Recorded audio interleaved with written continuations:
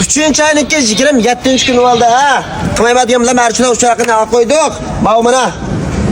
150 koy. Bunu yasakta barida top yo'labdimiz qomida. Macho.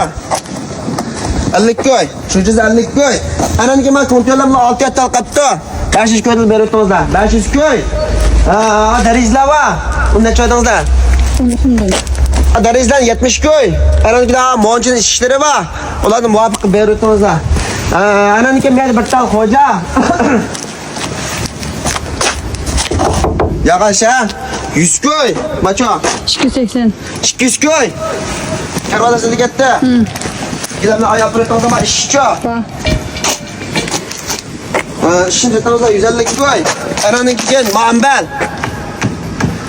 Ambal 250 koy. Maus 200 koy. Ananiki ma toyko'chaq 500 koy. Mavu tetilmanda 50 koy. 80 koy. 50 koy. 80 koy. Ananiki mauchaq 200 koy. Mala yanıla 150 koydan.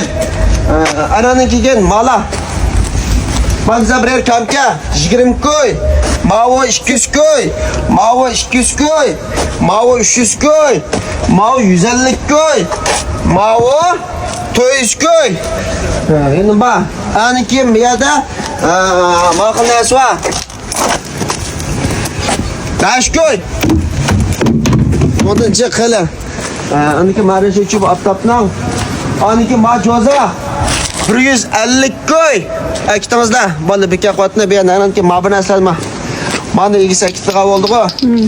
Akason macho 150 koy chiqaman. 100 koy. Mam 100 koy. Mavu ambil bilan, ha? Setil ketdimi? Ha, bizning bu yerniki o'rni Turpan shaharida Chuluk yo'li. Endi Makannazdagi yangi bekatda Olamfonchilar ko'rsatdi, Olamfonchilarni to'ytayotganimizda. Vallahi bu yerda eshitma, qamison. Ananiki pastki mallarning bahosini ancha-muncha tanishib qo'ydik. Endi ularni mu kelib ko'rib aytdingizlar. Qumsa qolganda ko'p bir besvatga shuldi. Bu yerda avvosingizlar, avvalingizlar bizga muqasun, sizlarga muqasun.